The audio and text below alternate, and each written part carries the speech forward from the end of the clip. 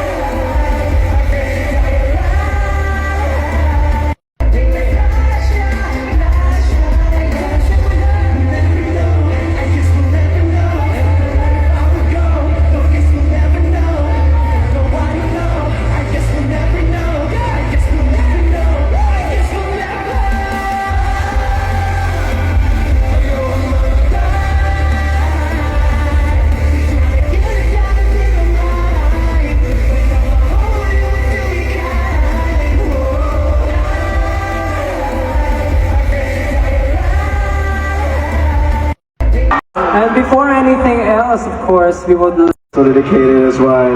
Sobrang thankful. Yeah. Sobrang thankful namin sa inyo lahat. Maraming salamat.